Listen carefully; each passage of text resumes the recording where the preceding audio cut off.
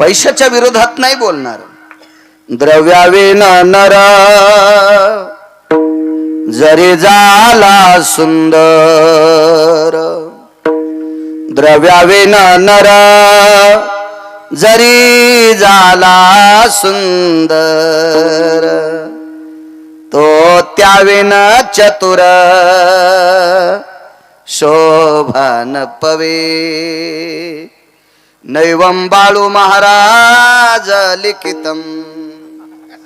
मी नाही लिहिले. द्रव्याविन नर जरी झाला सुंदर, अति सुंदर आहे, गावात लाईट लावायचं काम नाही, पण द्रव्य नाही.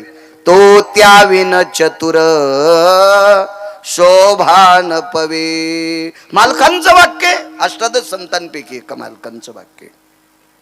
कमवू नका असं म्हणत नाही, कमवा, पण हे कमवत असताना संस्कृतीचा कॉलम सुद्धा त्याच्या बरोबरीने वरी गेला पाहिजे. संपत्तीचा कॉलम उंच गेला आणि संस्कृतीचा कॉलम जर नदीत गेला तर आपण कमवलेली पैसे सगळी मातीत गेली, चोट्याच्या कामी आले, इतकं लक्षात ठेवा.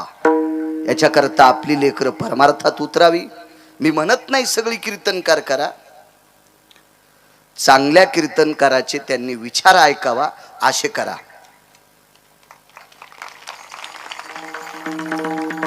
सगळ्यांनीच उठून मंदिरात जाऊन टाळ वाजित राहा असं नाही म्हणणार, पण वारकरी संप्रदायात निष्ठेनं टाळ वाजविणाऱ्या लोकांचं आचरण अंमलात आणा असं मात्र लेकरांना शिकवा. एवढी मोठी तरुण 500 मुलं मोठ्या श्रद्धेनं रोज येणाऱ्या प्रत्येक महाराजांना एका दिव्य तेजस्वी रथात बसवतात. मोठी आतिषबाजी, लाईट असेल, फटाके असतील, हे सगळं मोठी याची आनंदाची उधळण करता आणि श्रद्धेनं हे परमार्थिक क्षेत्र तुम्ही पार पाडता. हे 8 दिवसाचं सत्र आहे, यज्ञ आहे हा. म्हणून तरुणांना पुनश्च धन्यवाद. मायमावल्या सुद्धा एका पोशाखात आहेत. फक्त महाराजाला आक्षोन करताना गंध लावत जा, फुलं अंगावर टाकत जाऊ नका. फुलं त्यावेळेला टाकीत असतात.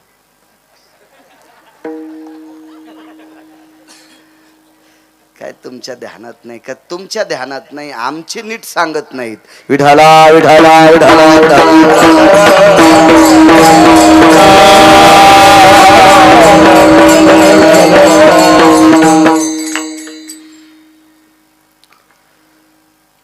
बऱ्यापैकी आपल्याकडे चुका असतात, गरज नाही ते सांगायची. वाढदिवस मुलाचा करते, त्याच्या गळ्यात हार घालतेत आणि वाढदिवसाच्या दिवशीचा फोटो भिंतीवर लावतेत. पाहणाऱ्याला वाटतंय पोरग गेलं का तिकीट काढून. लावत नसतात माझ्या माईंनो, लावत नसतात सज्जनांनो. जिवंत माणसाचा हार घातलेला फोटो भिंतीवर टांगीत नसतात.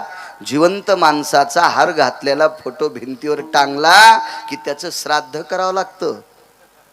शास्त्र आहे त्याच्या पाठीमाग. कधी कधी पुराण लक्षात घेत जा. वारकरी संप्रदायानं कंठात धरलं पुराण. पहावे पुराणी विचारोनी. काही माणसं पैशाचा जोर झाला ना काही करतेत. नाही केलं पाहिजे, नाही केलं. माझं मत आहे, किती पैसे जरी झाले तो धोत्राव इन करून कुत्रे भुकत असते. कुत्रे भुकते ना. बापू तू या इथं कुंटल भर सोनं आहे पण धोत्रावर इन नसतेत ना करीत दादा. भुकतेन तुला कुत्रे. तू कोण्याच संप्रदायात मोडायचा नाही ना. नियम असतो, नियम त्याचा मर्यादा असली पाहिजे. एका बाईच्या घरी 5 क्विंटल सोने पण मंगळसूत्र 50 ग्रॅमच्या वरी नसावं. एका बाईनं 9 किलोचं मंगळसूत्र भोगीच्या दिवशी घातलं आणि वझ्यानं सक्रातीच्या दिवशी पहाटच मेली. इतकं नसते घालीत द्वारका, मंजुळा, सखुबाई, अंतिकाबाई, वचाबाई, सावित्रीबाई, कांताबाई. असं वेड्यावान करू नको माय. जिल्ह्यापेक्षा तालुका मोठा झाला की कलेक्टरला कळत नाही कुठं बसावा. हिशाबात राहिलं पाहिजे. माझं मत आहे भरपूर श्रीमंती यावा, पण आपली संस्कृती त्या श्रीमंतीच्या जोरावर सांभाळावी. त्याला श्रीमंत म्हणत असतात, त्याला श्रीमंत म्हणत असतात. म्हणून पुनश्च चौधरी यांना, सर्व ग्रामस्थांना धन्यवाद. मृदंगाचार्य भोसले महाराज फार कमी वय आहे. माशीच्या पिल्यासारखं तापड आहे पोरग. गोड गोड. फार दिवसांनी भेट झाली. मागे 1-2 वेळेस झाली ती वाघाची भेट.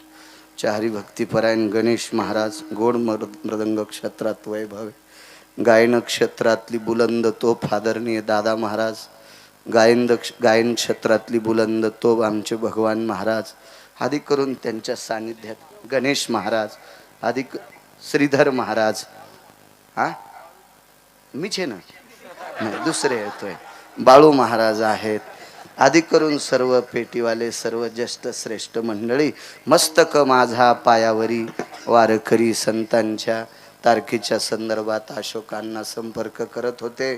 आज अण्णा सोबत आलेत, आमचे पांडुरंग अण्णा सुद्धा आलेत, आमचे गिरगावचे फकीरराव महाराज सुद्धा आलेत, त्यांनाही धन्यवाद. बऱ्यापैकी महाराज मंडळी आहेत, वारकरी सगळी मंडळी आहेत. मस्तक माझा पायावरी वारकरी संतांच्या नाक घासून तुमच्या चरणावर दंडवत करतो. संप्रदायाचा नियम आहे आणि आपला अमूल्य वेळ खर्च करून आलेली तुम्ही श्रोते जनार्दन, तुमच्या चरणी सुद्धा प्रणाम करतो. आळंदीतल्या मालकांचं वाक्य, प्रभू तुम्ही महिषाची मूर्ती. कथा कीर्तनातला श्रोता हा प्रत्यक्ष शंकर असतो. कथा कीर्तनातली ही माऊली प्रत्यक्ष गिरिजा असते, पार्वती असते. तुम्हाला प्रणाम करतो. हे प्रसिद्धी माध्यम असणारे कॅमेरेवाले, तुम्हाला सुद्धा धन्यवाद. ज्याला येता येत नाही त्या लोकायला घरी कीर्तन ऐकू घालता, हे तुम्हाला सुद्धा धन्यवाद. विठाला विठाला विठाला. माझा आवाज तुमच्यापर्यंत, हे ध्वनी यंत्र आहे, हे ज्यांचं आहे चैतन्य साऊंड सिस्टम सोमनाथ राजे हिवाळे, त्यांचे गोड माझा आवाज, या साऊंड सिस्टीमचा गोड आवाज म्हणून गिरगावकराचा याच्यातून फिल्टर होऊन तुमच्याकडे गोड आवाज द्यायलेत. हे सोमनाथ राजे, त्यालाही धन्यवाद. या हातीच्या सोंडेवानी कॅमेरा आहे, त्यालाही धन्यवाद. लग्नात नव्हता माया असा काय करा, त्याच्यामुळे चला आपलं आपण समजायचं हे लग्नातच होता. मानावे ते मनी समाधान, कशाला ताण घ्यायचा आहे का नाही, त्याला सुद्धा धन्यवाद. ब्रह्मांड उतरंडी ज्याचे विच्छे घडी, तो उचिष्टे काढी धर्मा घरी. ह्या विश्वाच्या घडामोडी उतरण माहीत असेल जुन्या काळातल्या लोकांना. आताच्या जीनच्या पॅन्टीवाल्याला उतरंडी कळत नाहीत. आता डब्बे आले ने, मला कळतो एक तो काळ 30 वर्षापूर्वी काही ठराविक लोकांकडे पीठ ठेवायला डब्बे होते, नाही तर मडक्यातच पीठ होतं. मला चांगलं कळतंय मिठाला एक लहानसं गाडगं, मिठासाठी सुद्धा असं बारीकसं गाडगंच असायचं. चटण्याला याला त्याला गाडगेच होते, लोटकेच होते असे. मग हे लोटके सांभाळून त्याच्या शेवाया असायच्या, पापड असायचे, कुरड्या असायच्या, पापड्या असायच्या, वडा असायचा. हे सगळं बायका त्या उतरंडीत ठेवायच्या. बघ ही उतरंडी एकावर एक, एका बुडात मोठं गाडगं, त्याच्याहून लहान, शेवटी एकदम छोटस लोटकं आणि त्याचं झाकण म्हणजे झाकणी, अशी ती उतरंड असायची. जुन्या बाईला ती उतरण करता येत होती. आणि ती उतरण हलक अशी तिरपट वगैरे कशी नाही व्हायची, अशी हडसून पाहिली डगडग करत नव्हती. त्या बाईच्या लक्षात आलं आता मांजरा गिंजरान उडी हाणली तर उतरण पडत नाही, अशी ती उतरण. आणि लक्षात ठेवा, ज्या बाईला उतरण रस्ता येते, उतरण तिलाच खाली उतरता येते. ती उतरून घेते ती गाडगे. जशी उतरण खाली उतरून घ्यावी तशी या विश्वाची उतरण आतळ वितळ सुतळ तळातळ रसातळ पाताळ, खालचे 7, त्याच्यावरचे 7, शिवहलदीप, कौशदीप, शाल्वदीप, पलवंगदीप, आपण ज्या दीपात राहतो तो जांबूदीप, हे वरचे 7, त्याच्यावरचे 14, 21 स्वर्ग, 14 भुवन. ह्या सगळ्या गोष्टीची उतरण आहे ना, ही त्याच्या मनात आल्या दंदिशी खाली माळीनगाव पालथ केलं. उतरंडच आहे. किल्लारी मागे माझ्या लहानपणी, म्हणजे इतका लहान नव्हतो, चांगलं कळत होतं मला. ते किल्लारी अशी डवलली, कोणाच्या हातात आहे, त्याच्याच हातात. मागे कुठल्या कानी गावात असं फाकलं आणि अख्खी बंधी एसटी मधात गेली. कुठं झालं नाही आता मागे दुसऱ्या देशात झालतंय का कुठंतरी, असं फाकलं ते सगळं आणि बंधी एसटी गेली. जेसीबीन फाकत तितकं मोठं पोकल्यानं अद्याप नाही. ह्या सगळ्या गोष्टी करायची ताकद त्याच्यात आहे. तो उचिष्टे काढी धर्मा घरी. ब्रह्मांडाची व्याख्या सांगता येणार नाही. सांगू शकतो. 9 खंड पृथ्वी एवढं सांगू. विलावृत्त नावाचा खंड आहे बघा, त्या विलावृत्त नावाच्या खंडाच्या बाजूला मेरुदंड आहे. त्या मेरुदंडाच्या उत्तर दिशेला, दिशा नाही सांगता याची, लक्षात येईल, येतं आपाद कालम मेरुदंडायाम हिमवंतोस्ततेव जानाम हिमय जायते न सर्वां गंगोदकं भय जायते तत्रापां पति निरानां निरेषु भय संपन्नेन आपां पति भय निरानां नामने नामने समुद्र इन्मखायो. समुद्र हे नाव त्याच्यात नाही, कळण्यासाठी वापरतोय. मग त्याच्या उत्तर दिशेला खाली समुद्र. असे 7 समुद्र. प्रियव्रताचा रथ फिरत होता बरं का. ज्या ज्या दिशेनं प्रियव्रत नावाच्या राजाचा रथ गेला त्या त्या दिशेनं समुद्राची चकोरी तयार झाली. एवढ्या पुरतं सांगता येईल. पण पाताळ किती खोल आहे, वरचं टोक कुठपर्यंत आहे. मंगळावर गेले, चंद्रावर गेले इथपर्यंत ठीक आहे. अजून एखाद्या ग्रहावर जातील इथपर्यंत ठीक आहे. पण विमान घेऊन मी वैकुंठात गेलो, मी अमरपुरीत गेलो, मी सत्यलोकात गेलो, मी गोलोकात गेलो, मी गंधर्व लोकात गेलो, मी विद्याधर लोकात गेलो, मी चारण लोकात गेलो, मी दिग्पाळ लोकात गेलो, मी चारुहास लोकात गेलो, मी परमहंस लोकात गेलो. असा जर कोणी म्हणत असेल तो थुतरीत हाणीन त्याच्या. कसं जाता येईल त्याला? बापात जागिरी त्याच्या, कसं जाता येईल त्याला तिथं? अद्याप नाही. इथपर्यंत ठीक आहे. येन व्याप्ती निशापती भयो यजायते न मानवानां कलोच बुद्धियत्वादेषु निशापतियं सनिध्ययो. आता उड्या हाणतेत. विज्ञानाने चंद्रापर्यंत शिखर गाठलं. सुमळ्या पुराण वाच रे. हे माघ श्लोक लिहून ठेवता. निशापतियाम आदित्यायाम यतो मानवे आश्रितम भयो नैवम गांजा कसम लिखितम. हे गांजा भुक्यान दिले का? 10,000 वर्षापूर्वी लिहिलेला श्लोक आहे की निशापतीच्या सानिध्यात कलियुगामध्ये बुद्धीच्या बळावर माणूस तिथपर्यंत आधिपत्य गाठतील. हे 10,000 वर्षापूर्वी लिहिले. पण आपल्याला घरच्याचा इट आणि शेजाऱ्याचा भांग नीट. आपल्याला आपलं आवडत नाही, आपलं आवडत नाही. अमक्या देशातला शास्त्रज्ञ मीठ लावून चाट त्याला, विठाला विठाला विठाला.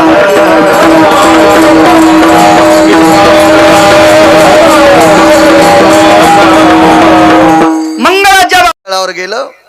तिथून आल्यावर बरेच दिवस ती व्यक्ती भानावर नव्हती. तिथलं वातावरण, मग खालचं वातावरण ते असं मिळवण्यासाठी असा त्रास झाला त्या व्यक्तीला. मला नाव पाहते पण तुमच्याही ध्यानात असेल याच्याकरता राहू द्या, मी कशाला सांगू ते नाव.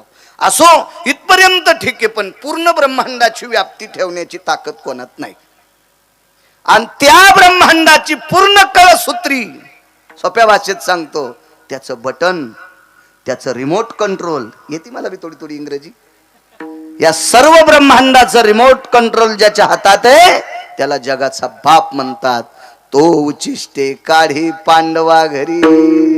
धर्माच्या घरी तर धर्म आणि पांडव त्यांच्याकडे तो उचिष्ट काढायला. उचिष्ट काय लिहिताय हो?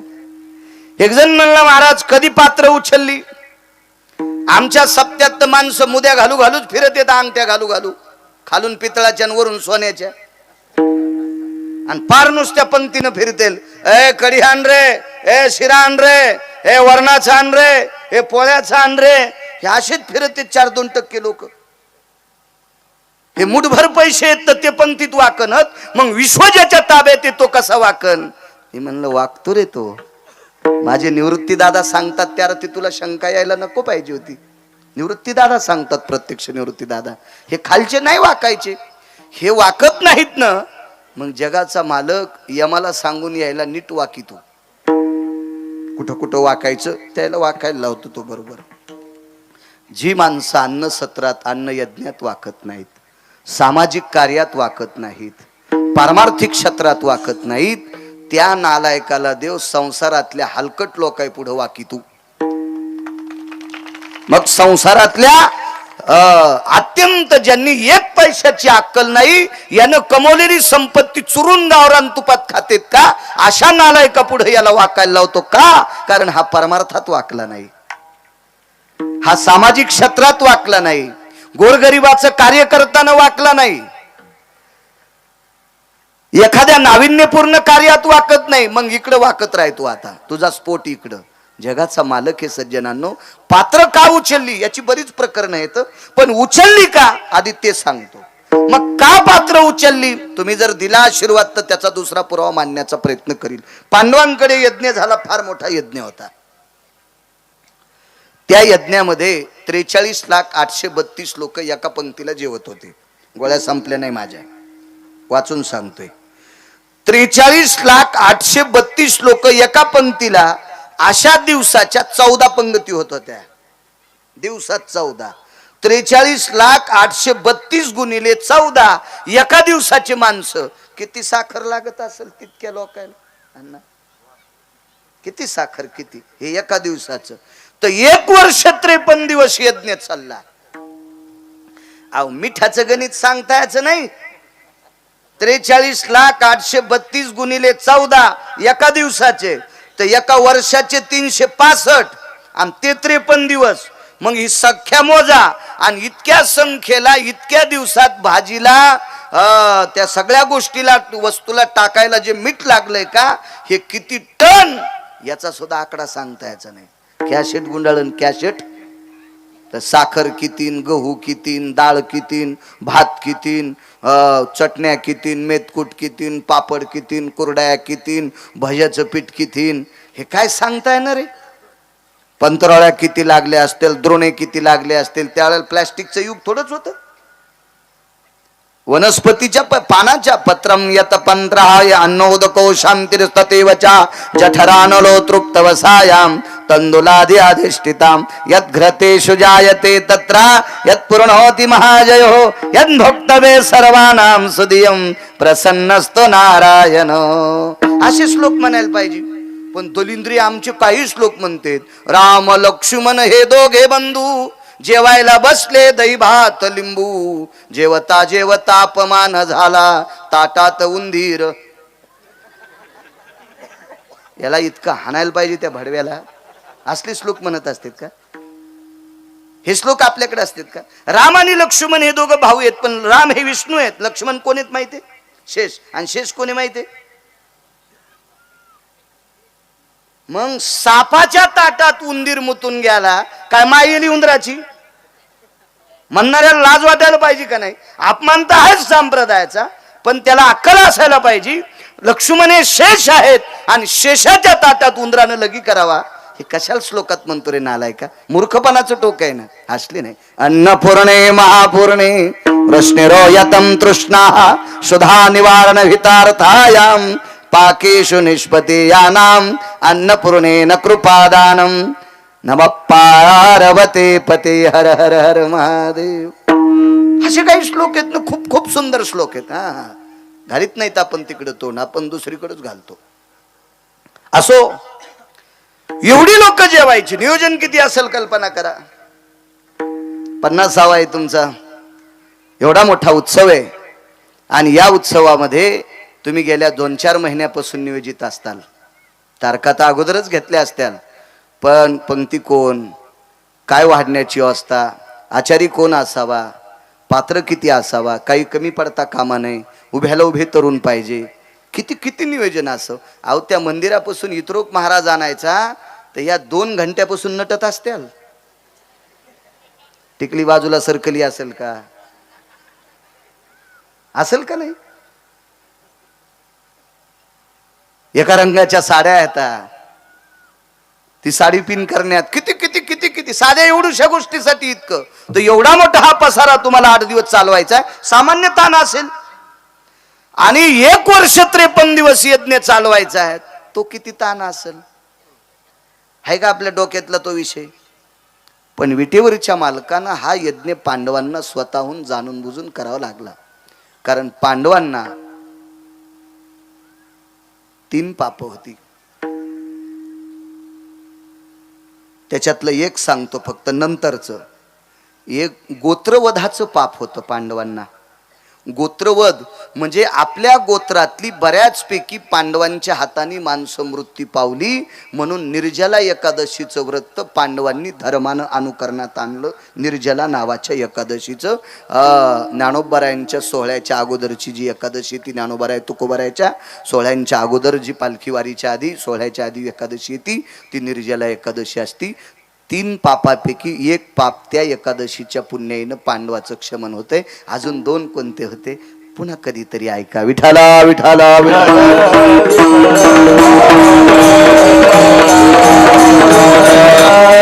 आणि पांडवांना यज्ञ जो करायला लावला विटेवरच्या मालकानं, स्वतःला एका कर्मातून मुक्त होण्यासाठी विटेवरच्या मालकानं यज्ञ करावा लागला. 7व्या अवतारातल्या काही चुका होत्या, करावं लागलं स्वतः देवाच्या मालकाला.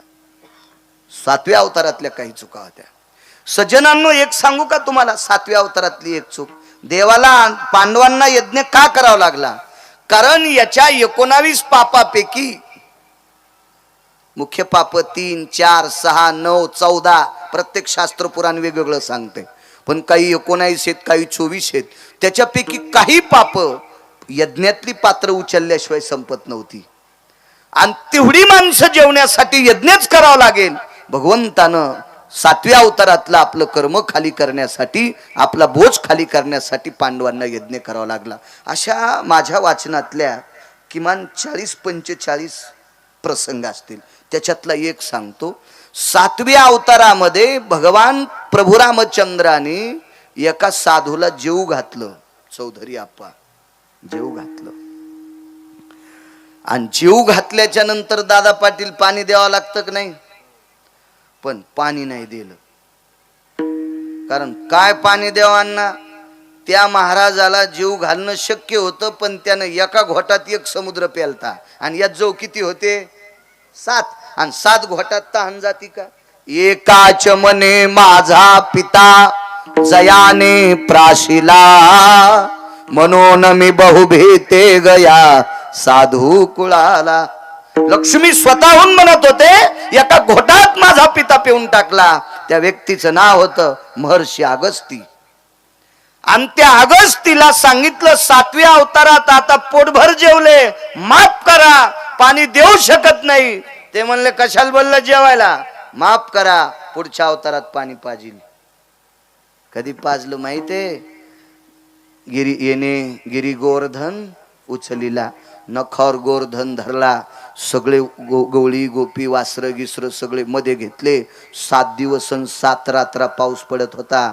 शिळावर शल्या धारी रक्षिले गोकुळ नखी धरी लागे रे, निर्भय लोक पाळ अवतरले हारी. जय देवा कृष्ण नाथा राई रुखमिनी कांता, आरती ओवाळीन तुम्हा देव किसुता.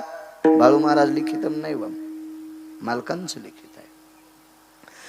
हत्तीच्या सोंडे सारख्या धारा पडल्या, शिळा वर्षल्या धारी मेघ जो कडाडेला, शिळा वर्षल्या धारी हत्तीच्या सोंडे सारख्या धारा पडत होत्या. 7 दिवस 7 रात्र. शेषाला सांगितलं करावं, आळ केलं. आणि 14 समुद्रा इतकं पाणी एका तोंडातून वाहत होतं.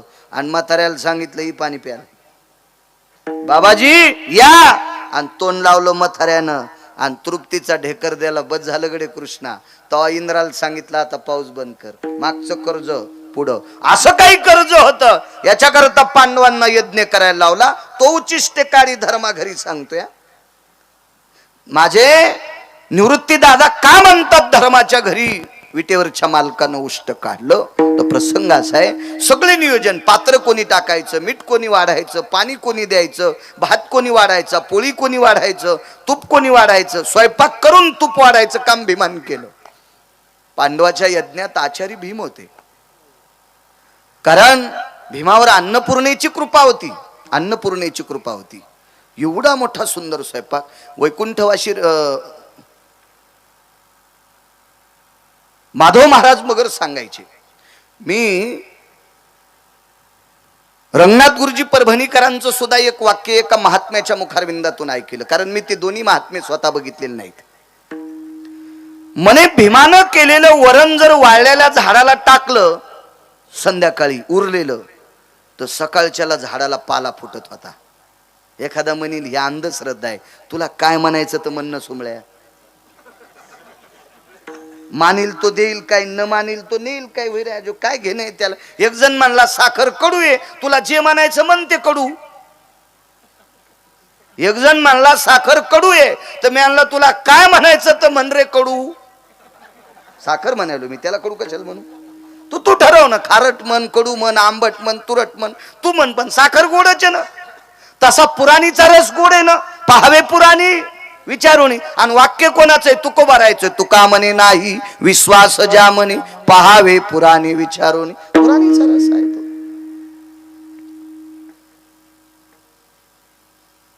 सकाळच्याला झाडाला पाला फुटत होता, इतकं वरण चविष्ट. आपलं वराड येत राय, भुरकी टाकीत राय, पाणी टाकीत राय, वराड जेवत राय. टेम्पो निघला, कॅनल दिसला की टेम्पो थांबतो. पंचमीला निघलेलं वऱ्हाड अष्टमीला घरी पोहोचलं. कशी राहीन इतकी भुरकी पोटात ती. हे आपलं वरण. आपले वर्ण खाल्ल्याच्या नंतर मंदिरात झोपल्यावर एका माणसाच्या तोंडातून इतक्या वाफा येऊ लागल्या. आणि एका बाईला मंदिरात दिवा इजल्यामुळे दिवा लावायचा होता. तिनं पोराला बलीलं मारुतीच्या मंदिरात जाता येत नाही, दिवा इजलाय. ते म्हणला काड्याची पेटी नाही. ती म्हणली त्याच्या तोंडावर धर. त्यानं इतकी तरी खाल्ली होती की त्याच्या तोंडावर दिवा धरल्याच्या नंतर वाफानं दिवा पेटला. कल्पना करा काय भाज्या आपल्या चविष्ट असतील. कल्पना करा किती किती चविष्ट. मग अशा भाज्या आपण खातो म्हणून आपल्या पोटात स्टो पेटतो, असा भपकाचे स्टोचा गॅसचा. मग जलोशील खातो. एक जण म्हणला मी रोज 9-10 जलोशील खातो. मी म्हणला अशा गिळून खाण्यापेक्षा जलोशील गोळीचं पिठलंच करी जाय आणि चपाती संग खात जाय, तुला ऍसिडिटीच होणार नाही.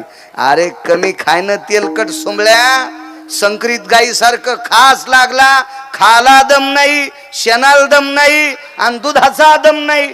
काढीतच राय आणि चौकाशातच नाही. माणसावानी जगणं जरा. सुरूच तोंड पोस्टाच्या पेटीवानी, सुरूच. जेवण झालं की बिडी लावलात पेटीलाच, बॉयलर कारखाना सुरूच. बिडी फेकली की लगेच छाकलीत तंबाखू, ते आप लगेच घुटका दिली, कोण सुपारी दिली, सोप. दगड खाऊ नको म्हणजे बस झालं सुंबळ्या. आणि पुन्हा म्हणतं कसं का नाही सरी तब्येतच हलवली. यम तुला इतका हानीन नालाय का, तू इंचभर जागात होणार नाही लाल करायची. विठाला विठाला विठाला.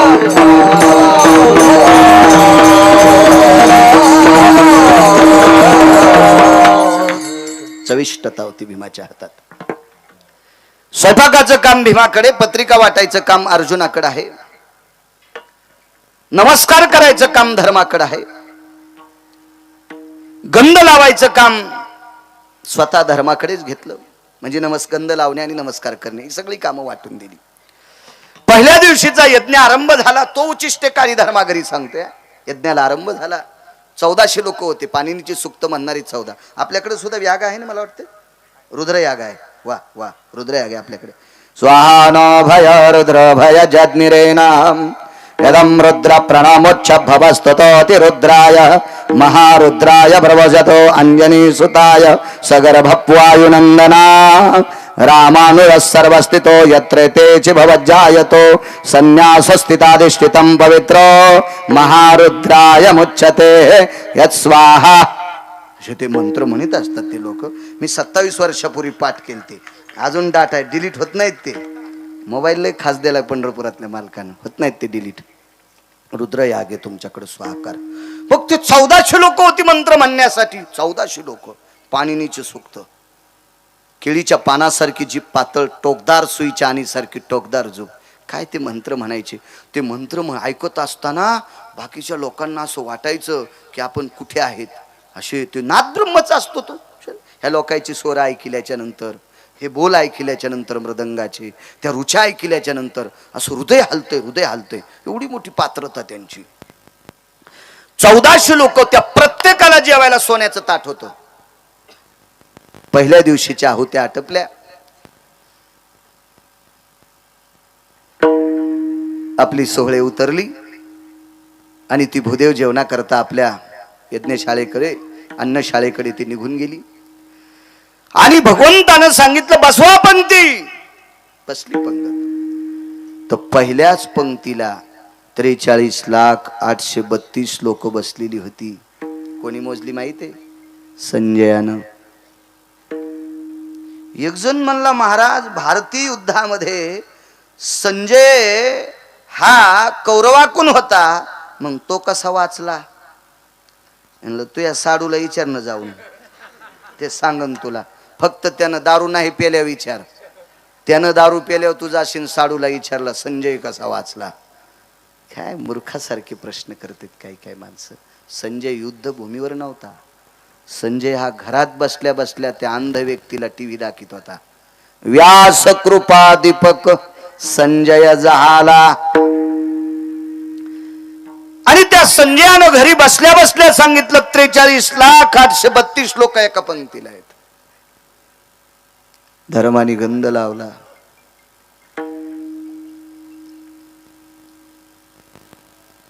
धर्म आले घरी. पाहिलं द्रौपदीने धर्माकडे आपल्या मालकाला घाम का आलाय. द्रौपदी साध्विक आणि सदाचारी पुण्यशील पत्नी होती. माझ्या माईनो, संसारूपी रथाला पती आणि पत्नी दोन्ही चाक आहेत ना. ह्या संसारूपी रथाचे चाक आहेत पत्नी आणि पती. याच्यात एक जरी कान झालं ना, बैल रस्त्यानं आणि चाक पवळी येऊन जात असते. कानी गाडी कळती ना. जुन्या लोकांना, जिनच्या पॅन्टीवाल्याला कळत नसती कानी गाडी. बैलगाडी कानी झाली ना, ते बैल रस्त्यानं चलत आहेत, पण चाक एक रस्ता सोडून चलत तिरपटवाणी. तसं संसाराचं होतं बरं का. माझ्या माईनो, पतीच्या खांद्याला खांदा देऊन प्रपंच करायचा. नाव निघतं वरी सुद्धा, नाव निघतं सासरी सुद्धा, नाव निघतं माहेरात सुद्धा, नाव निघतं पाहुण्या राहुण्यात. जगायचंय कशासाठी? नावासाठी जगायचं असते. स्त्रीनं स्त्रीत्वाचा स्वाभिमान अंतःकरणात ठेवा आणि पुरुषांनी पुरुषत्वाचा स्वाभिमान अंतःकरणात ठेवा. याच्यासाठी जगायचंय. अरे जगायला तर नालीतले किडे जगायलेत, डुकरं जगायलेत, भटकंती शेपटी हलू हलू कुत्रे सुद्धा कुटके पाहिल्यावर शेपटी हलवायला लागलेत. काय त्यांच्यात आणि आपल्यात काय फरक आहे? मग प्रतिष्ठितो जायते स्वाभिमान प्रमुच्छते. माणसाच्या जीवनात हा आनंदाने, नाविन्याने, मस्तीजन्य स्वाभिमान अंतःकरणातला उमळला पाहिजे. त्याचं नाव जगणं असते. त्याचं नाव जगणं. काही काही बायकांनी आपल्या मालकाच्या खांद्याला खांदा लावला. 1,425 गडी बापाकडे होते. 3600 एकर 3,600 एकर बापाला ऊस. पण एका लुगड्यावर तुकोबाराच्या खांद्याला खांदा देऊन संसार केला. म्हणून पंढरपुरातल्या मालकानं त्या बाईचे पाय चाटले, तळपाय चाटले. तळपाय इतकी ताकद असते. काय परिस्थिती असेल रयतेच्या राजाचं. घोड प्रतिमा या स्टेजवर वरे लावली.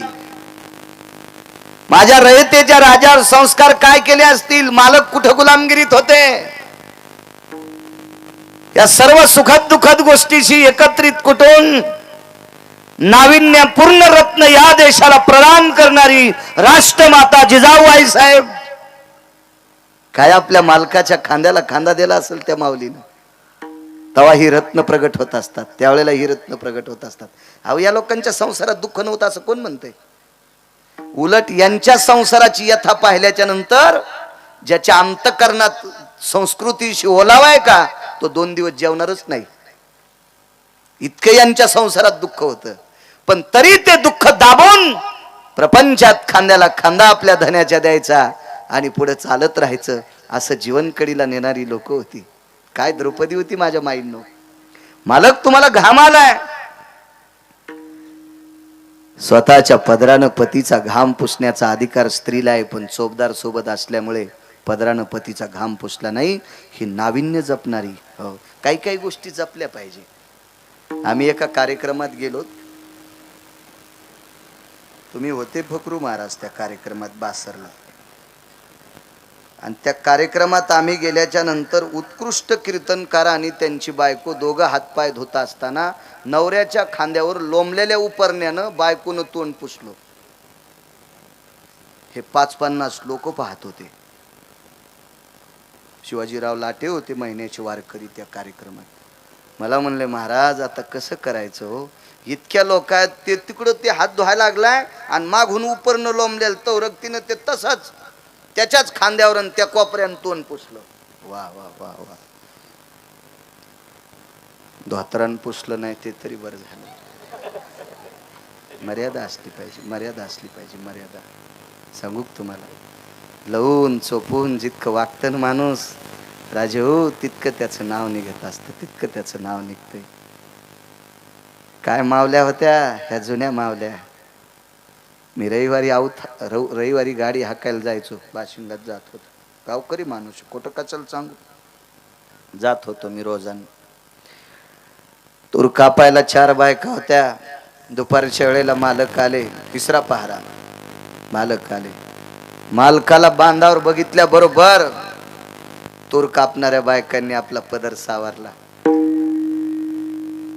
दिवसभर पोटासाठी 14 रुपये रोज होता तेव्हा बाईला, 14 रुपये रोज. आणि 14 रुपयासाठी दिवसभर संध्याकाळी कमरे खाली तापलेला तवा घ्यावा लागायचा पाठ शेकण्यासाठी, कंबर शेकण्यासाठी. इतक्या परिस्थितीवर आरूढ असणारी बाई, आपण ज्याच्या शेतात काम करतो तो मालक पाहिल्याच्या नंतर पदर सावरीत होत्या, पदर सावरीत होत्या. आता सासरा पुढून आला तर पदर घेत नाहीत. आता का ऊन लागत का, आता राहू द्या, राहू द्या, आता नका घेऊ, घेऊ नका, घेऊ नका. तुम्हाला गिरगावच्या बाळ्याची शपथ आहे, घेऊ नका पदर, नका घ्यायचं.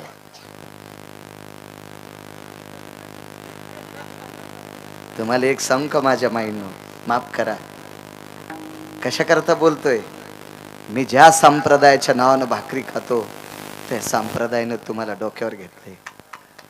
राज्य, राणी व संपत्ती, या देशाची घोर अशी संपत्ती आहे म्हणून बहाल केलं तुम्हाला.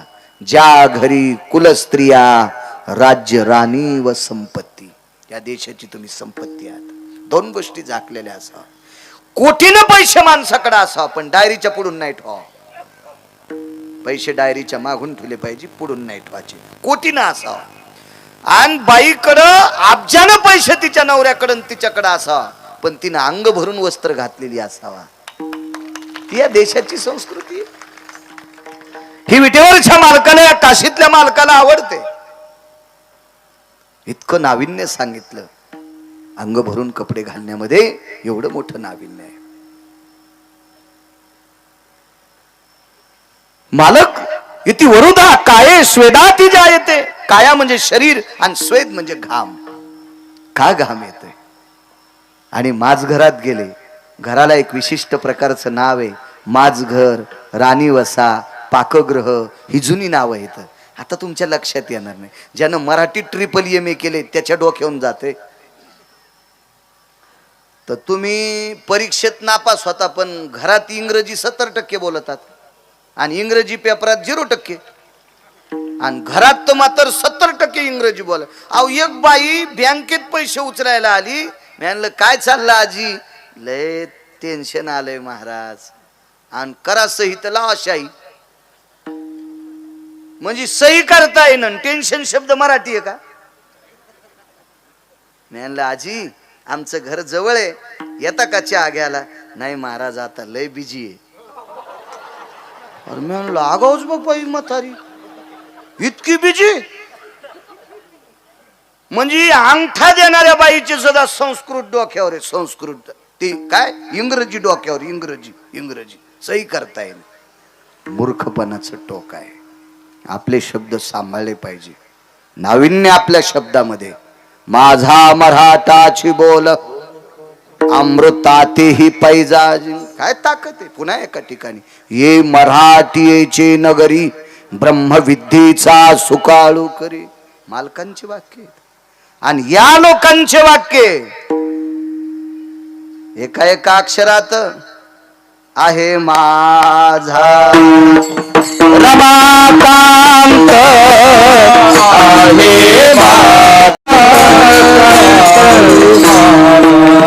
हरी एका अक्षरात एका अक्षरात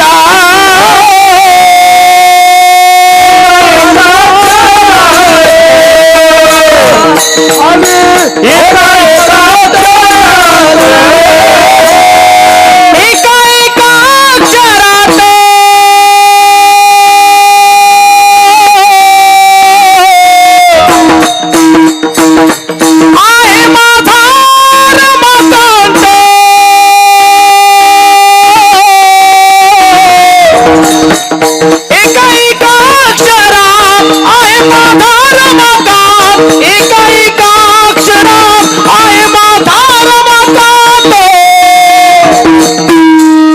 एका एका अक्षरात आहे माझा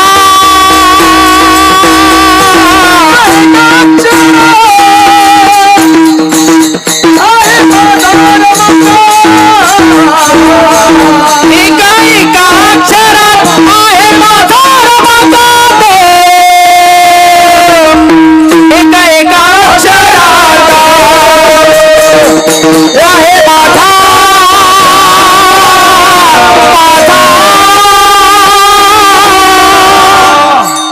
या लोकांची वाक्य ते वाक्य नसून त्या प्रत्येक अक्षरात जगाचा बाप आहे. ते अक्षरे नवती देखा ब्रह्म साम्राज्य दीपिका. जुन्या लोकांची वाक्य ध्यानात ठेवत जा. माझ घरात नेलं, विचारलं मालक वरुताति कायाम स्वेदाति जायम सदुःखेन किमं कोति भवाना. काय कारण आहे? कसलं दुःख आहे? काय कारण आहे? द्रौपदी, यज्ञातलं पूर्ण नियोजन झालं पण पात्र उचलायची सेवा कोणाकडे दिली नाही कन्यांनी. द्वारकेच्या मालकानं पात्र उचलायचं काम ठेवलंय. द्रौपदी, फार मोठा अपमान आहे. 43,832 लोक एका पंक्तीला बसलेत. ही पात्र उचलायची कोणी आणि दुसरी माणसं बसायची कधी? कधी बसायची दुसरी माणसं? कधी बसायची? द्रौपदीनं सांगितलं मालक, यज्ञ पहिलाच दिवस आहे, एवढा मोठा यज्ञ आहे, ज्या यज्ञामध्ये हत्तीच्या सोंडेसारखी तुपाची धार द्रवते, तुम्ही पहिल्या दिवशी थकलात. द्रौपदी, आजच्या दिवसाचं संकट जर बाजूला सरकलं तर संध्याकाळी पात्र कोणी उचलायची याची मीटिंग लावतो. पण आज पंचायती, आज आज आज आज काय करावं ग? द्रौपदीनं सांगितलं मालक, तुम्ही जा, गंध लावा. सर्वांना गंध लावलाय, नमस्कार केलाय, फक्त आता काही वेळात पात्र उचलावं लागते. 15-20 मिनिटात पंगत उठेल आणि दुसरी माणसं त्या मंडपात बसायची. आपल्याकडे दुसरा मंडप शिल्लक नाहीये. आपण नियोजन करू, अजून उद्या मंडप वाढवू किंवा पात्र उचलणारी लोक लावू. पण आता पात्र कोण उचलायचे? द्रौपदीनं सांगितलं, तिला इतकी सुद्धा काळजी करू नका. आजच्याच दिवसापुरता असेल किंवा पूर्ण यज्ञात पात्र उचलायचं नियोजन करायचं असेल तर ते मला सांगा. धर्माला दुःखात थोडासा राग आला. द्रौपदी, तू मला शिकवते? ऐका ना मालक, ऐका मालक, मी एकांतात बोलते, त्याचा अवमान नाही. ऐका, फक्त तुम्ही पात्र उचलायचं सांगता ना मालक, तुमच्या नावाचं कुंकू कपाळाला लावते. या कुंखात इतकी ताकद आहे मालक, या कुंखात इतकी ताकद आहे. हे पात्र उचलायची ताकद त्या ताकदीत आहे. आणि त्या ताकदीवर तुम्हाला सांगते, तुम्ही अंगाला घाम येऊ देऊ नका. याला म्हणतात पत्नी, याला म्हणायचं पत्नी, याला म्हणायचं पत्नी. माझ्या माईंनो, आपल्या मालकाला दुःखात सावरायचा. माझ्या सज्जनांनो, आपल्या पत्नीला सुद्धा दुःखात सावरे जायचा. याच नाव संसार आहे, याच नाव संसार आहे. हुशार, सात्विक, सदाचारी मावल्या आहेत, पुण्यशील. म्हणून वारकरी संप्रदायाने तुमची उंची वाढवली. धर्मानं सांगितलं, द्रौपदी खरंच काही काळजी करू नका. काहीच नाही, काहीच नाही, काहीच काळजी करायची नाही. भगवान कृष्ण परमात्म्याची प्रतिमा होती सुवर्णाची, आणि ती सुवर्णाची प्रतिमा पाटावर ठेवली. प्रतिमा होती मालकाची. आपले फोटो असतात लग्न कार्यातले, आपले फोटो असतात ना, प्रतिमा असतात आपल्या सुद्धा, पण ती सुवर्णाची प्रतिमा होती. चंदनाच्या, बावनिया चंदनाच्या पाटा चौरंगावरती प्रतिमा ठेवली. आणि प्रत्यक्ष चेतन विटेवरचे मालक कृष्ण परमात्मा यज्ञात आहेत. प्रत्यक्ष देव यज्ञात आहे. पण बाईने तिथं कसं जावं? उचित नाही. म्हणून विटेवरच्या मालकाची कृष्ण परमात्म्याची प्रतिमा पाटावर ठेवली. तो उचिष्टे काळी धर्मागरी, याच्यावर सांगतोय. ती प्रतिमा ठेवली. पूजा करता येत नाही का? कारण तो जिवंत आहे, तो जिवंत आहे, जिवंत आहे, तो जिवंत आहे. पदराची वटी केली आणि ब्रह्मांडाच्या मालकाला सांगितलं, जगदानंद कंद जगतपते, देवा तुझ्या आग्रह करता, देवा तुझ्या म्हणण्यामुळे, दादा म्हणायची ती, दादा बहीण मानायची भगवान द्रौपदीला, दादा तुझ्या आग्रह करता, दादा तुझ्या म्हणण्या करता, दादा तुझ्या नियोजनात रे माझ्या मालकांनी या यज्ञाचं आयोजन केलेलं आहे. देवा तुझा वरदहस्त या यज्ञाला आहे, देवा तुझी कृपा या यज्ञाला आहे, देवा तू मूर्तिमंत इथं सहकार्य या यज्ञाकरता करतोस रे, म्हणून माझ्या सर्वसामान्य पतीने तुझं ऐकून या यज्ञाचं आयोजन केलंय, नियोजन केलंय. देवा बघ रे, बघ रे माझ्या मालकाला घाम आलाय, देवा बघ पात्र उचलायचं नियोजन कर रे देवा, कर ना तू, कर ना देवा, कर नियोजन, कर कर कर कर. देवाने विचार केला, मी प्रत्यक्ष यज्ञात असताना माझ्या सुवर्णेची प्रतिमेची आराधना द्रौपदीनं का करावी, म्हणून तितक्या पंगतीतून भगवंत माझ घरात आले. धर्म त्या कोपऱ्यात एका खोलीत होते, बेचैन होते धर्म, आता पात्र कोणी उचलायचे. भगवान माझ घरात आले. द्रौपदी देवाच्या पुढे पदर पसरून बसलेली होती. तिचं अंतकरण किती रडत असेल ते देव जाणे. तिथं आल्यावर देवाच्या लक्षात आलं, पात्र उचलायचं काम सांगत होती. भगवान द्रौपदीच्या पाठीमागे आहेत. 43,832 लोक जेवायला बसलेले आहेत. पंचपक्वान्नाचा बेत आहे. भगवंत द्रौपदीच्या पाठीमागे आहेत. ते भगवान वाकले आणि द्रौपदीच्या पाठीवर देवाच्या डोळ्यातला पाण्याचा थेंब पडतोय. पाहिलं वरे, दादा आलास होय, ताई का रडतेस? दादा बघ बालक त्या घरात पडलेत, घामान स्वेदान वरुता ती काया यद भ्रतारे वचज्जायते. माझ्या मालकाचं अंग स्वेद म्हणजे घामानं चिंब झाले रे देवा. यज्ञातल्या सर्व कामाचं नियोजन झालं रे प्रभू, पण पात्र उचलायचं राहिले. स्वतःच्या पितांबरानं द्रौपदीचे डोळे पुसले. ताई हा पाठीराखा भाऊजीच्या पाठीमागे, त्या बहिणीला कशाची चिंता आहे, काय काळजी करू नकोस. लागलीस तोंड फिरवलं. दादा पाटील रूप बदललं, भगवान महाराज रूप बदललं, साधं रूप घेतलं, धोत्राच्या आचागोच्या खोसल्या, सगळी पात्र उचलली. बसली दुसरी पंगत. हरी गजर सुरू झाला. गजर सुरू झाला. त्यावेळेला वदनी कवळ घेता नाम घ्या श्रीहरीचे, हा श्लोक नव्हता. उच्चतोनति पात्रे मखेस्तुजायम शुद्धा निवारणायाम तृष्णाधिजायम रसनाय प्रगल्भेषु पुनितोषि पाकम यत पारणेरजयो नाम सुतृप्तेषु जायाम. नमः पार्वती पते हर हर हर हर हर महादेव. असे श्लोक म्हणायचे त्यावेळेला. तो श्लोक झाला. धर्माने अंग टाकलेलं उठले.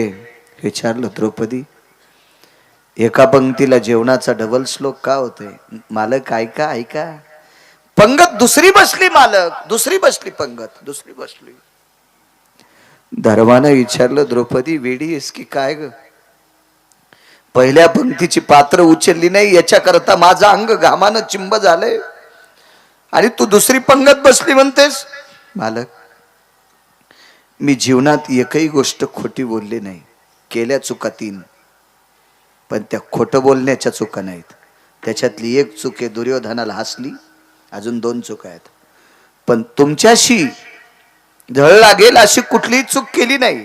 मालक एकदा बघता, आज्ञा नाही देत, आदेश नाही करत. तुमचंच कर्तव्य म्हणून दुसऱ्या पंक्तीत बसलेल्या लोकांना हात जोडून येता का? धर्म गेले, सगळ्यांना गंध लावला, हात जोडले, आणि पहिल्या पंक्तीतली माणसं विडे घेत होती. विडे जेवल्याच्या नंतर विडे घेत होती. धर्माला आता घाम नव्हता आला ना अप्पा बाबा, घाम नाही आला. धर्माचं आता अंतःकरण रडत होत. आणि रडत रडत धर्माने विचारलं, द्रौपदी, हे द्रौपदी, जे पात्र उचलण्याची पंचायत त्याच्याकरता घाम येत होता, आज आनंदाचे अश्रू डोळ्यातून येते. पात्र कोण उचलले?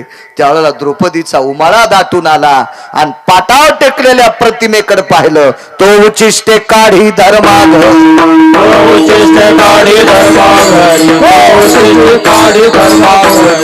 ब्रह्मांड उतरे शांतीचे धार, ब्रह्मांड उतरे शांतीचे धार.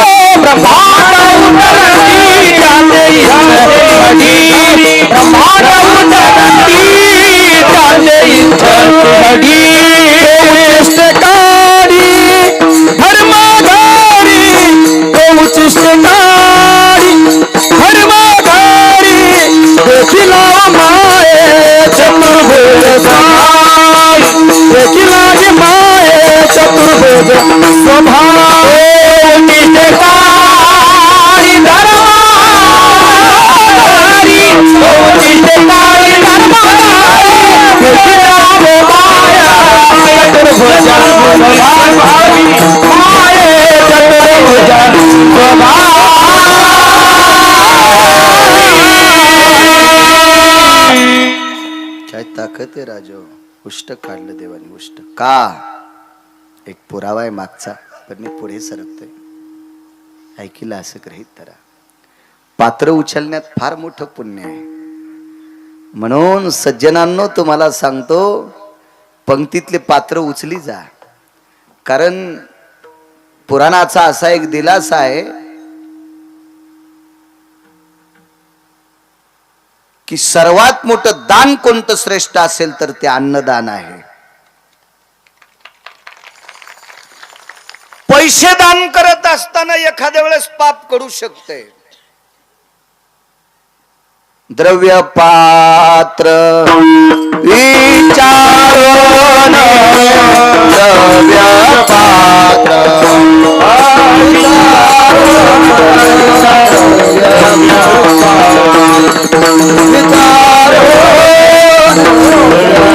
सर्वाभूती सर्वाभूती द्रव्य पात्र विचारून, हरी द्रव्य पात्र विचारून.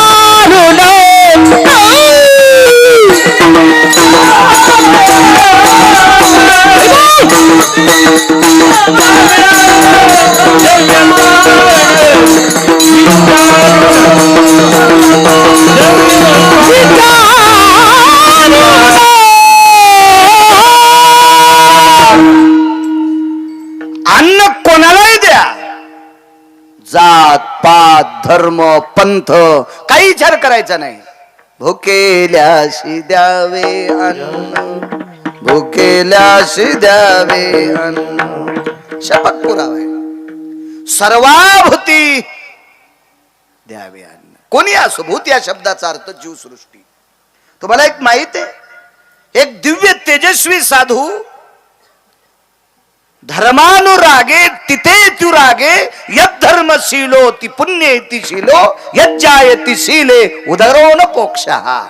या सत्तेवर आरूढ असताना आपल्या पोटाची खळगी भरीत होता तो त्या व्यक्तीनं स्वाभिमान कधी चुलीत घातलेला नव्हता. त्या व्यक्तीचं नाव होतं कपोत कल्पित. धान्य येचले चौधरी बाबा, खळ्यावरचे धान्य येचलं मात्र म्हणते त्याला. भाकरी केल्या 3, देवाला ठेवलेली भाकरी गाईला दिली.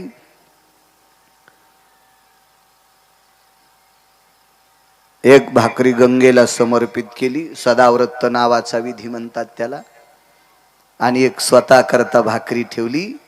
कुत्री जनली होती फासाखाली. जनलेली कुत्री पिलाला दूध देण्यासाठी पोटात काहीतरी पाहिजे म्हणून भाकरी दारात जेवत बसलेल्या साधूकडे वरांड्यापाशी तुळशीपाशी त्या भाकरीच्या अपेक्षेनं कुत्री आली. आणि साधूनं विचार केला, पिलाला जन्म दिलाय, कशाचं दूध करीन पिलांना, म्हणून ताटातली भाकरी कुत्रीला फेकली. आणि त्या कुत्रीनं भाकरी तोंडात धरली. आणि कुत्री तिकून आणि इकून दान करणारा साधू आणि मधातून मुंगस गेलं. अर्धा अंग सोन्याचं झालं. नकुले न भया हे मंच कांती, कपतय कल्पितान उदकोर शांती. तत्राति जायम शुनिचैवती नाम, भोक्तवे न जायम मखेश शुद्धी. वाचिता जरा मागचं कधी कधी. भांगाऱ्याचं काय वाचिता तुम्ही? इतिहास चांगल्यांचे वाचा. विटेवरचा मालक आपल्याला वाचील. जे सकाळी पाणी नेत नाही त्याचं कशाला वाचिता आणि कशाला त्याचं हिचकिता?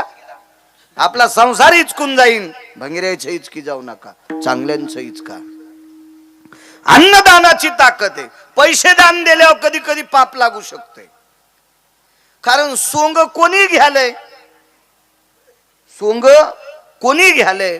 महाराजाचं सोंग घेऊन एक आला आणि एका माणसाने त्याला 100 रुपये दिले. त्यानं 77-78 रुपयाचं एक वेगळ्या विशिष्ट प्रकारचं पाणी पिलं. नाव नाही सांगता येईल त्या पाण्याचं. 100 रुपये श्रद्धेने एका माणसानं दिले आणि 77-78 रुपयाचं विशिष्ट प्रकारचं पाणी त्यानं पिलं आणि घरी जाऊन लेकरा बाळांना मारलं. ते पाप पैसे देणाऱ्याच्या बोकांडीवर पडलं. म्हणून द्रव्य पात्र विचारून, द्रव्य कोणाला नाही द्यायचं, सत्पात्री गेलं पाहिजे. एक लक्षात ठेवा. मला असं वाटतंय संप्रदायातल्या लोकांनी काटेकोरपणाने एक जपलं पाहिजे.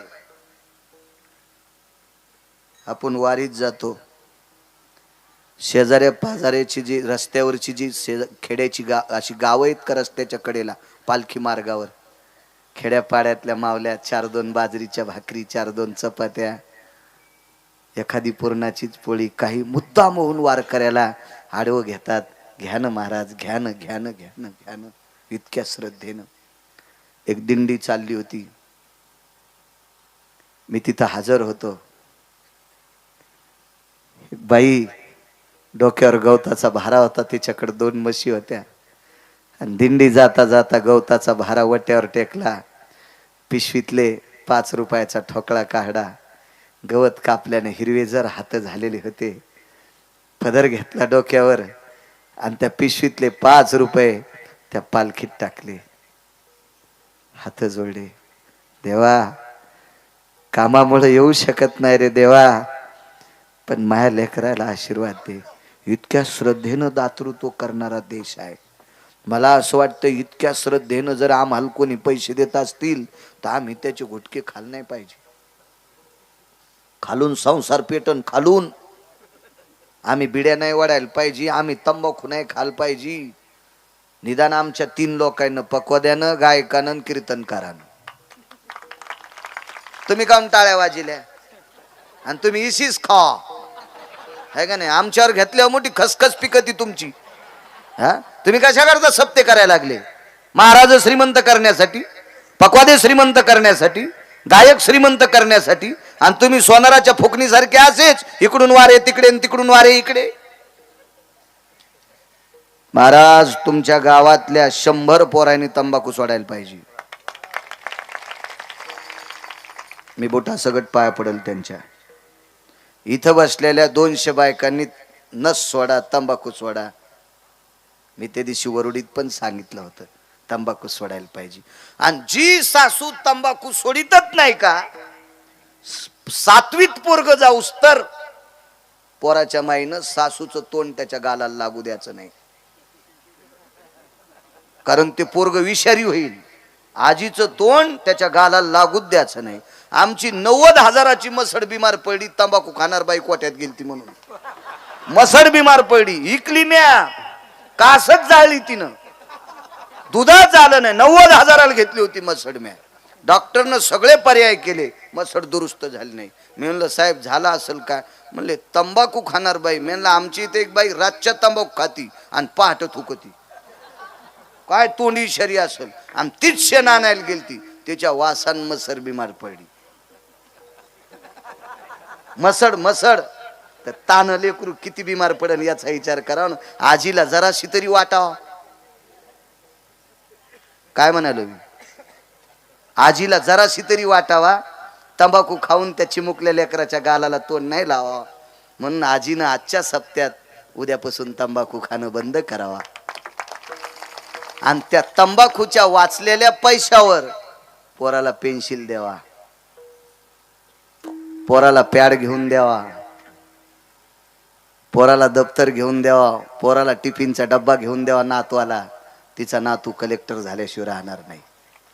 हो, वाचव ना म्हातारे तितके पैसे, वाचव ना. माणसं उगच म्हणते तो परिस्थिती हलवली. आपल्याकडे इतकी मोकार टेकन चौघीत लुगडं एक झालंय विनाकारण विनाकार. अहो पैसी जगाची मालकी नाही, ती कोण्या बी ठिकाणी खर्चायची नाही. माणसं माणसाची बायको महाराज पाठीताना कोणासोबत पाठीत नाहीत. लग्नाला पाठवायची असेल, यात्रेला पाठवायची असेल, एखाद्या कार्यक्रमात पाठवायची असेल, कीर्तनाला पाठवायची असेल तर पाय पाय धाडीत आहेत का? कोणाच्या ऑटोत चालली, कोण संघ आहे असं विचारतात का नाही? कोण? माणसं. कोणाला? आपल्या बायकोला. मग माणसं माणसांची बायको पाठीत असताना विचार करून व्यक्ती सोबत पाठीतात. पैसा कोणाची बायको आहे? पंढरपुरातल्या मालकाची. मग 500ची नोट घुटक्यासाठी मोडल्याव त्याला किती आनंद वाटत असेल. वा वा वा वा वा, काय जनता गोड वागायली. गव्हाला वंब्या आल्याव आणि ज्वारीला कणसा आल्याव ते मुंडक्यासारख्या गारा पाडीत आहे. त्याला राग येत ना राजू, राग येतो त्याला, राग येतो. चांगलं वागायला पाहिजे. असं असो, काय ताकद आहे त्या मालकाची. पात्र उचलायचे, सर्वाभोवती द्यावे अन्न. पात्र उचलीत असताना पुण्य काय लागतं माहितीये का? माणूस जेवताना निर्दयी जरी असेल, तोंडाला आशीर्वाद जरी दिला नाही, तर शेवटी लवनाग्रो भय जायते, मिठाला हात लागत असतो.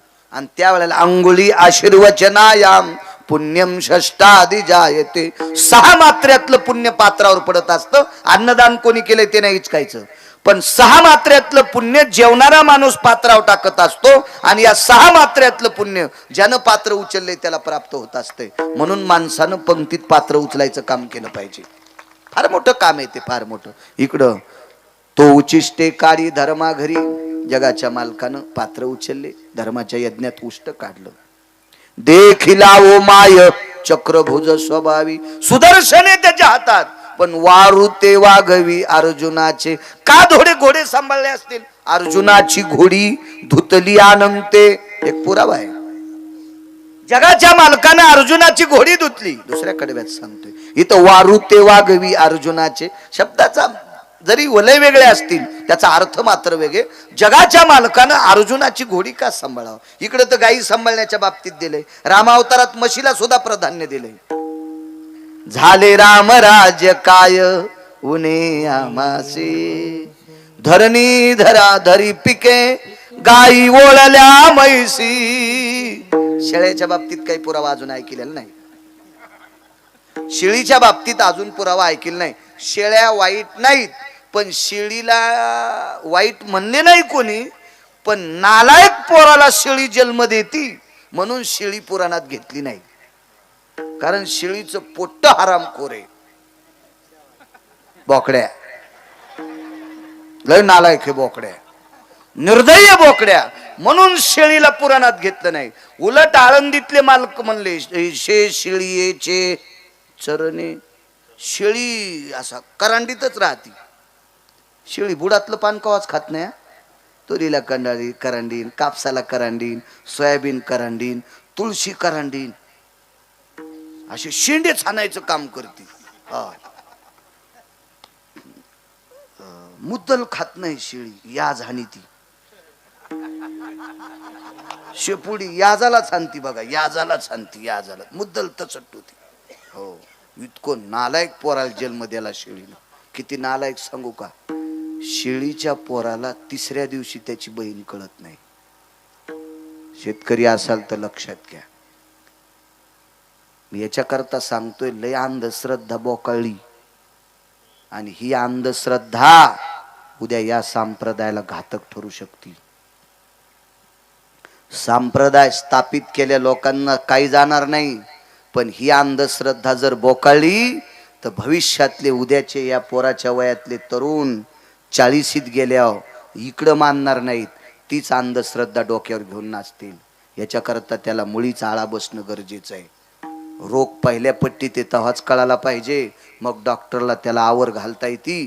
तिसऱ्या चौथ्या पट्टीत गेल्यावर डॉक्टर म्हणतो आता पाहुणे राहुणे जवळ करा, आता मग काय चालत नाही, तुम्ही यायला घरी घेऊन जा, जोरक खाते तोरक खाऊ पिऊ घाला. चौथ्या पट्टीत गेल्यावर काय कळतंय, ही अंधश्रद्धा इतकी बोकाळली. शेळी सकाळी एका बोकड्याला जन्म दिला आणि पाठीला, पाठच म्हणतात ना, पाठन बोकड म्हणजे नरमादी. आजचा सूर्य पाहिला, आजची रात्र पाहिली, उद्याचा सूर्य पाहिला, उद्याची रात्र पाहिली, आणि तिसऱ्या दिवशीचा सूर्य पाहिला की त्याच्या सोबत जन्माला आलेली त्याची बहीण, तिच्याविषयी त्याच्या अंतकरणात वासना उत्पन्न होती. इतका नालायक बोकड्या आहे. आणि एवढा नालायक बोकड्या द्या देवाला आवडतू, ते देव किती नालायक असते मग. हा, किती महाराज फुकल्यावर सुधरतान पहिली गोळी मला घाला. किती महाराज फुकल्यावर सुधरतान, दम नाही ना सप्त्यायला, दम नाही भागवतायला, दम नाही रामायणायला, दम नाही कीर्तनायला. इतका नालायक बोकड्या. अगा भगिनीम भय तुझ्या आहे, वासनास्ति जायते बसतेश भयस्थितेषु नैवम गांजा कसम लिखितम. बस्त म्हणजे बोकड्या, भगिनी म्हणजे बहीण, वासना म्हणजे प्रकांड घाणेरडी स्थिती. तिसऱ्या